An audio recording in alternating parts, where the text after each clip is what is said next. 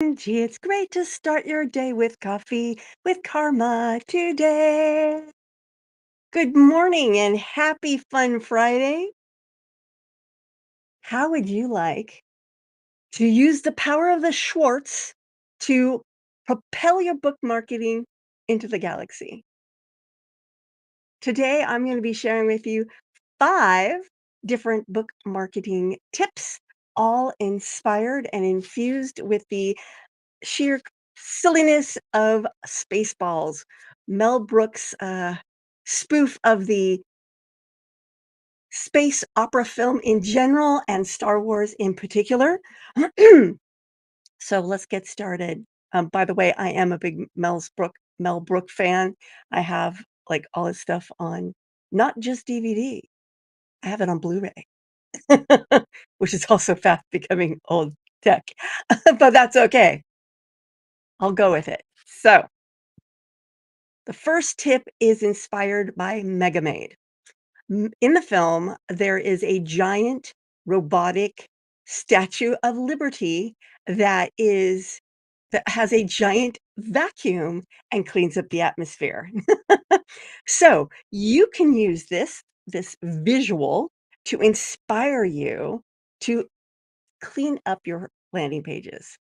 Take your Invoke your inner Mega-Maid and go through all your pages and make sure that they're clean, that they say what they need to say, that they are up to date because book marketing is changing. And sometimes you need to pivot and change the way you're marketing. For example, when I launched my book earlier this month, and actually when it went live, it was called Get Your Book in the Door because that was like a phrase I was like glomming into. And sales were not what they usually are. I mean, even my worst sales are still better than this. This was like the worst. And part of it, I think, was the way that those phrases showed up on the cover. The dominant word was door. So what's the book about? It's not about doors. It's about book marketing. Um, so I racked my brain and I came up with a new title. So the book is now called Serve Up Your Book, which actually suits the content of the book so much better because the whole book uses a food and restaurant motif, talking about the book marketing buffet. And so Serve Up Your Book just made more sense. And believe it or not, that made a difference. The title made a difference. I now have sales.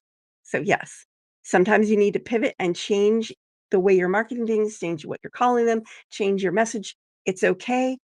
Just you channel your inner mega bag, take out your giant vacuum and clean things up.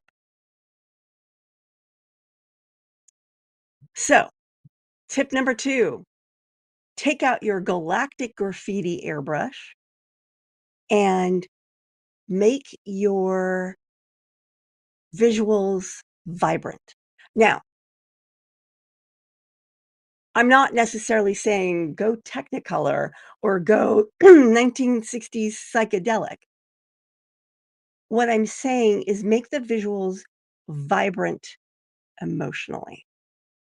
So, for example, my color scheme tends to have dark, rich colors with splashes of gold. I do that intentionally so that it communicates the bespoke luxuriousness of how I work with my clients. I may not be exorbitantly priced at the moment. Get in while the prices are lower, um, because I wanna test things before I start charging lots of money for things, and I wanna test them over several clients, not just 1 or 2. And, but clearly my brand does resonate because I get a lot of attention with my brand since I moved to this color scheme, and it's resonating with mostly the right people that I want to attract. So make your book cover stand out. Don't make it look like every other book cover because it looks like every other book cover. People don't. If you go to an Amazon page, type in a random topic, I don't care, and then start scrolling and notice where you stop and go, what is that book? Sometimes it's the title, but more often it's the cover that catches your eye.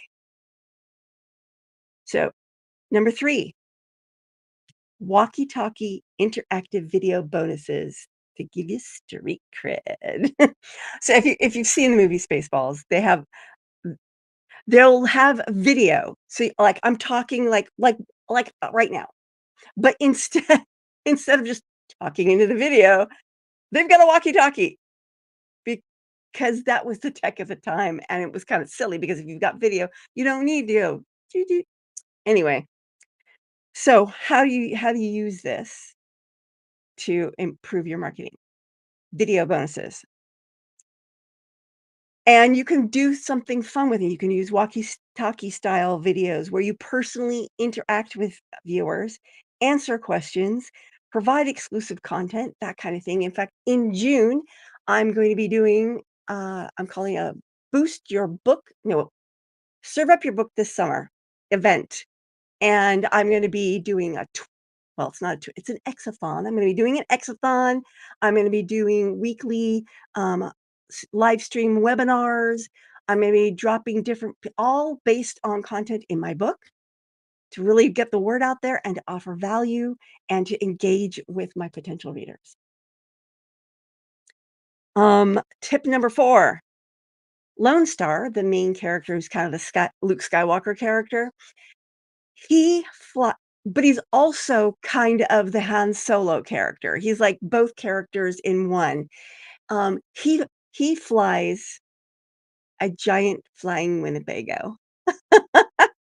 So you could borrow the Winnebago and head off on a book road tour.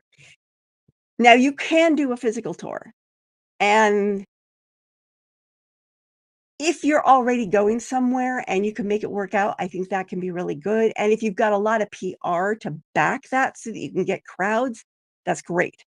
But, but honestly, a virtual book tour, go on your virtual Winnebago and virtually show up everywhere is so much more, it helps you with your time resources, it helps you with your financial resources because it's less expensive and you don't have to travel and you can do it from home and you can do fun things. So, like, you could do a pajama party video where you show up in your PJs, make it like a sleepover.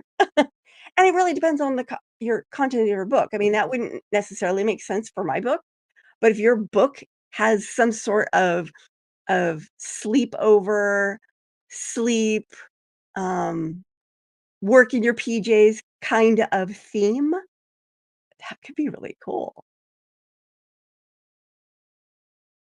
And tip number 5, negotiate a book bundle, mergers and acquisitions deal.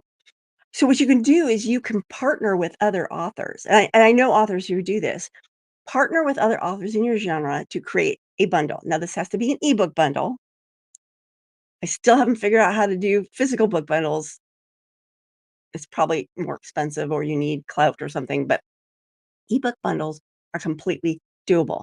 So you get maybe 5 authors, you and 4 others, and you each put a book into this bundle.